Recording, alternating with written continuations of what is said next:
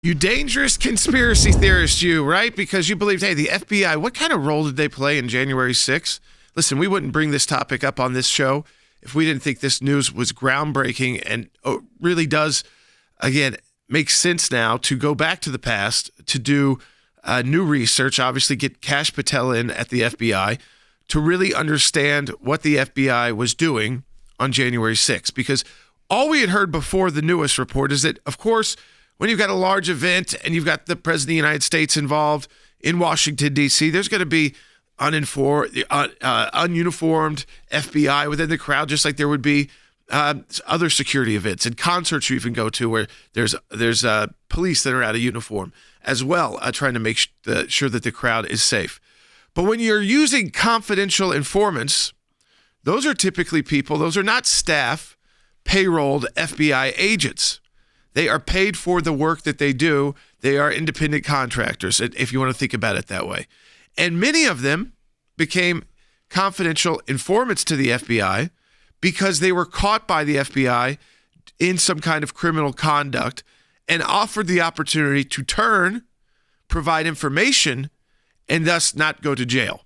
So we know the FBI at least sent 3 of those people not to watch over, again, security, basically, like their FBI agents would in the crowd, but that they sent 3 people to be part of January 6th to try and get information on the groups. Now, we know the FBI was told, hey, things could get pretty wild here. We know Washington, D.C. knew that. Everyone knew it, and they wouldn't call in the correct authorities. And remember, that authority lied with Speaker Pelosi. But remember, just a week ago, as Vice President-elect J.D. Vance pointed out, a theory that the FBI could have been involved in an active way in any of the events on January 6th that involved illegal activity. For instance, these informants, were they near Ashley Babbitt? Could they have been one of those informants, those 23 that weren't even asked directly to be there, but thought they could make some money by being there and giving information to the FBI? They were texting them real-time info. Could one of them been in that crowd, in that section, and encouraged extra violence? Could they be in the ear of someone who says, smash that police officer, let's attack? And then you've got people who, yes, were about to or were engaged in illegal conduct of trespassing. And of course, you have those who took the next step and got into physical confrontations with police. That is a crime. But we do always want to know how in these situations does it appear that our government knows about the problem, but won't prepare for the problem, and then we learn was inside the problem. So you had 3 confidential informants sent by the FBI, but the Inspector General has now found of the FBI that 23 others were there and providing information. Will, to me, what this does is to everybody out there who's been labeled a conspiracy theorist, whose content has been stopped from being shared on social media outlets. I mean, whether it's Russia, whether it's the laptop, or whether it's the actual activity on January 6th, if you question that activity, you were treated like Marcus Allen if you were in the FBI. So you were completely not fired, but you were placed on administrative unpaid leave. And so you were stuck. But now these aren't just conspiracy theories. These are facts. So frustrating because Washington is just so corrupt. Christopher Wray had multiple chances in front of Congress to come clean on this issue. I don't understand why transparency in Washington is so difficult.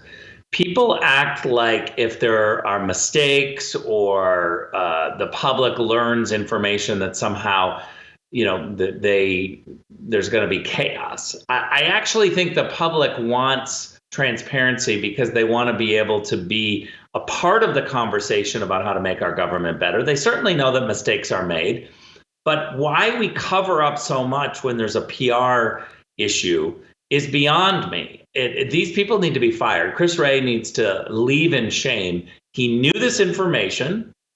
He had ample opportunities to share this information and to come clean. He chose to evade the public.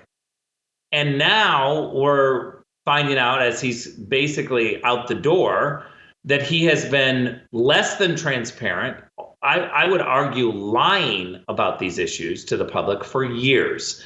And if anything is pointing to the fact that we need Kash Patel at the FBI, it's this story. We need transparency, and Kash will demand transparency for the American people, not for the bureaucracies in Washington, D.C.